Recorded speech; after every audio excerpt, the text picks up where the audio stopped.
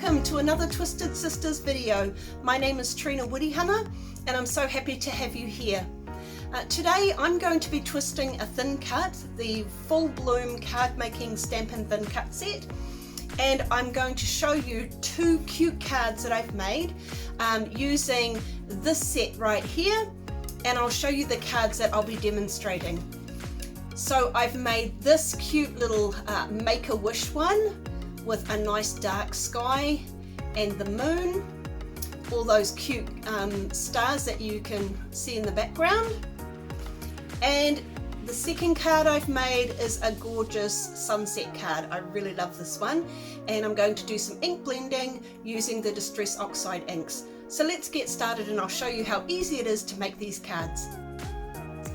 Okay, let's get started on our cards. The first one I'm going to make is the Starry Background, and I've got a little shooting star up there with the Make-A-Wish. So I've already done a couple of the die cuts.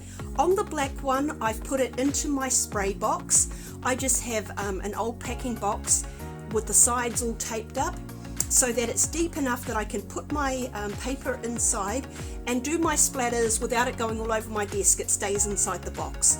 And you can use any packing carton for that. Now I've used the white gloss spray. It's a glossy acrylic spray, and I shook it all up so that the paint was mixed nicely. And then I like to take the top off like this, and you'll see that the straw is coated in the paint. I hold it over my background while it's in my spray box, and then I just tap and it lets the splatters out. Now you can spray it with the nozzle that's on the bottle here, but when I did that I found that it sort of gave quite a heavy spray, more than I wanted. So just by gently tapping that straw, it gives me less spots, and usually I can move it around and tap it where I want the spots to land. So that one, I've just done the spots on it, and so I'm going to let that sit for a few minutes just to sort of dry off, and then I will want to attach that to my background. Before I do that, I'll just put this off to the side a little bit to dry, and I'll use this one because they are the same die cut. I can use this as a template. So I want to just gently put this in place and make a couple of little marks. They don't have to be very dark, but I want to see where my moon is so that I can add this very light shadow.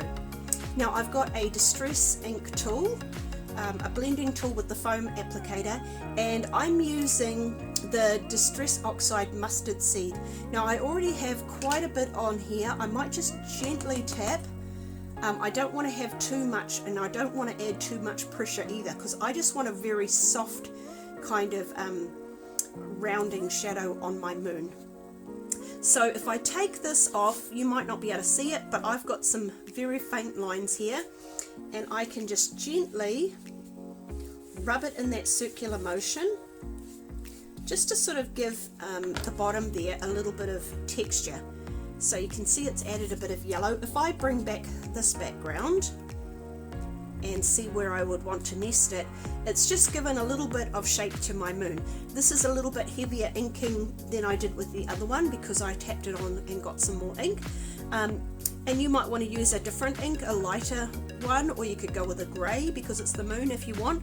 Completely up to you, but that's what I chose to use myself. So I'll let this dry up here for a little bit. Some of these white splatters are still a little bit fresh. Now what I want to do on this is on the grey, I'm going to use it for my clouds, just like you see here. Because we have these overlapping pieces that come out that would fit the flower stamps that come with this die set, I thought I could use these little pieces as guides towards how I would make my clouds. Now I've got another one here that I've glued on, so I can just use this as a background so you can see a little bit better. So I'm just going to take my pencil and just do some little puffy clouds, just little scalloped sort of things, and each time you make this card you can make your clouds different. It's completely up to you. Now you could go all the way down to the edge, or you can see on this one I've actually brought it up higher so that I get to see some of that background. For this one I'm still going to go down into that corner And so I've got some guidelines there that I can use my little scissors to cut around. Now, I'll put that up there. I will be stamping my Make-A-Wish in the corner here, and I've got the greeting from this Party Gnomes. Now, it's a birthday Make-A-Wish, but I thought that was perfect for the starry background that I've got. So I'm using this little stamp here, and I'm just going to stamp it with regular black down on that corner card. Sorry, corner cloud. So that's as simple as it is. And then where I've got my guidelines, I can just bring my very fine scissors and just cut around those lines. Just give myself a little bit of time to cut those. I'll speed this up so you don't have to sit and watch it in real time, but it doesn't take long at all, and you could probably cut them out without having the pencil lines, but I like to see exactly where I'm going so I don't get confused.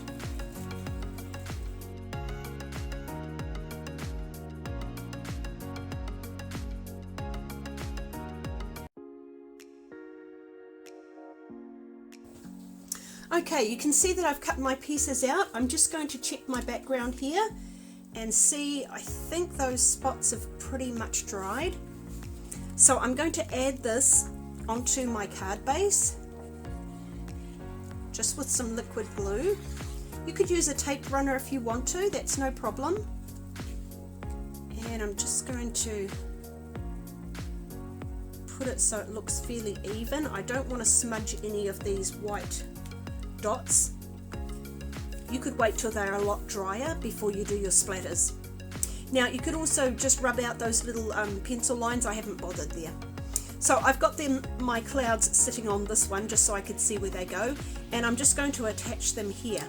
Now on this example, I've actually popped them up on foam dots so that there's a little bit of a shadow, but for the card that I'm doing right now, I'm just going to add some liquid adhesive and put these into place.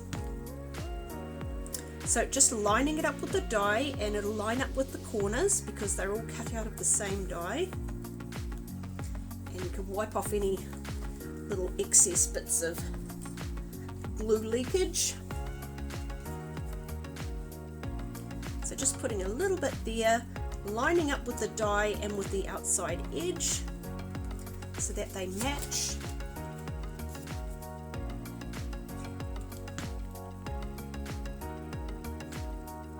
And you can see it's really easy to put together. It doesn't take all that long.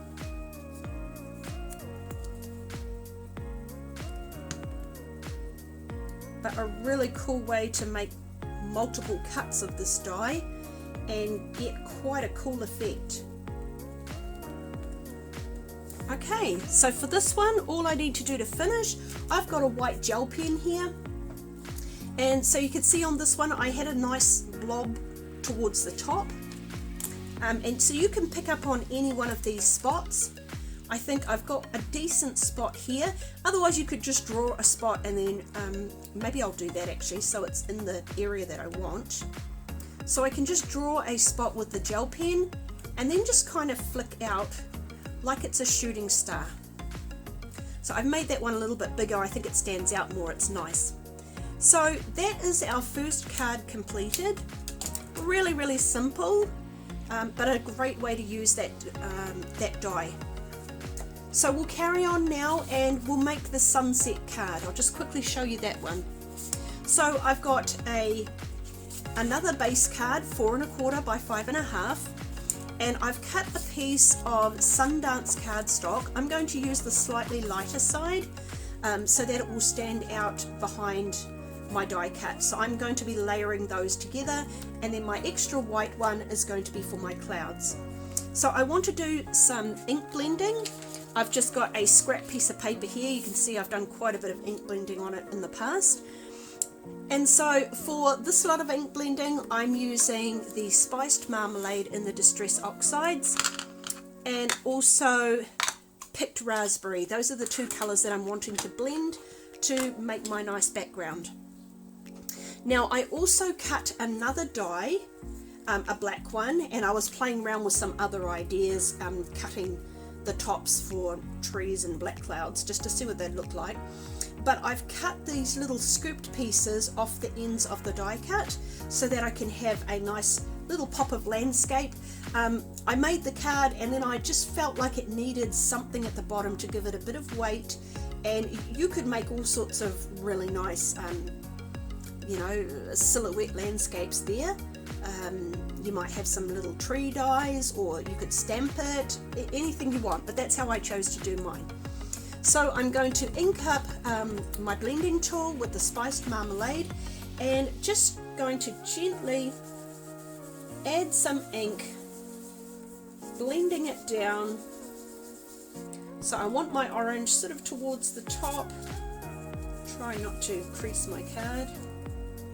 And then of course I can come in with the spiced, I've done spiced marmalade, come in with the picked raspberry and start blending that back up into the spiced marmalade.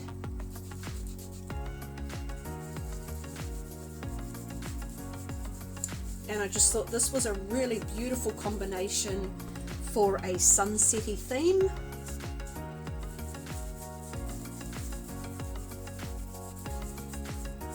Of course I've got the black coming down the bottom, so I don't have to blend all the way to the bottom, but it's just nice and tidy, gives me a good blend. Okay, and so you can just work those colours into each other just to smooth them out. That's the thing I love about the oxides, that you can just work with them until you get the blend that you want. So that's really nice. I'm going to put these off to the side. And it does get a little bit inky. I know I should have put something on my fingers, like some tape or whatever to hold it, or a scrap piece, but that's okay. So we've got our background, and we're going to attach these to our card base. So we're going to layer them up and have a nice little white margin. So I'm just going to gently put a little bit of adhesive around the outside so that I can layer this on top. Now I might just use my piece of paper to rub it so that it doesn't smudge the front. And now I can add some adhesive onto the back and attach this to my card as well. So we're just going to layer that up, and I love the liquid glue that I can swish it around a little bit if I need to move it into place, just to attach it to my card. Now if you wanted to, you could use a heat tool just to run over this to kind of set the dye and the oxide ink. So yeah, that would help with the smudging. Now I'm going to add my little silhouette hill here, grassy hill, and that's just going to go right in the bottom, matches up with the die cut there, nice and easy. So now we just have to make our clouds. So we've got this white piece here that we're going to cut our clouds out of. So again, I'm just going to give myself a few little guidelines, and I want this cloud big enough to have my greeting, but I still want to see some of that background coming through. And like I say, every time you make this card, your clouds can be a little bit different. So I'm going to just start cutting these out.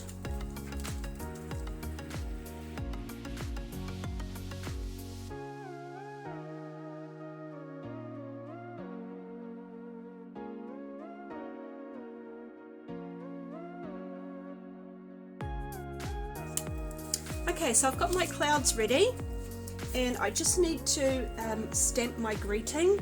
Just make sure that my stamp is going to fit on there. Now you can also use a different greeting. Could put happy birthday or thinking of you. I'll just put make a wish on here anyway. So I'm just going to stamp that down. And then we're ready to adhere our clouds. Now you could add foam dots if you want to. I'm just going to glue them straight on the background. but you have the option to lift them, and you could sort of see a little bit of the sunset behind the clouds. Would be cool.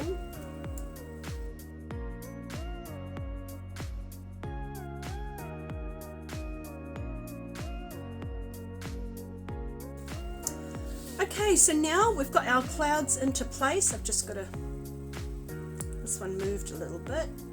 Okay, that's the good thing about the liquid glue. It hasn't set yet, so I could just slide that over. And I'm just going to use a black journaling pen and just draw a couple of really simple birds.